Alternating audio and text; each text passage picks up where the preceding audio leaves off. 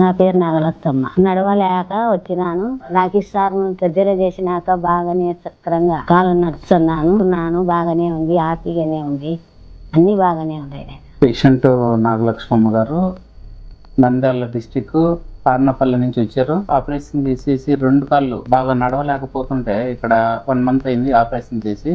ఈరోజు చాలా బాగా నడుస్తుంది, మెట్లు కూడా ఎక్కుతుంది. ఆమె ఫిజియోథెరపీ కూడా బాగా చేశారు. ఆపరేషన్ తర్వాత శ్రీకర్ హాస్పిటల్ రియల్ గా హ్యాట్స్ ఆఫ్ చెప్పొచ్చు అండి. డాక్టర్ రాకేష్ గారు అద్భుతంగా చేశారు.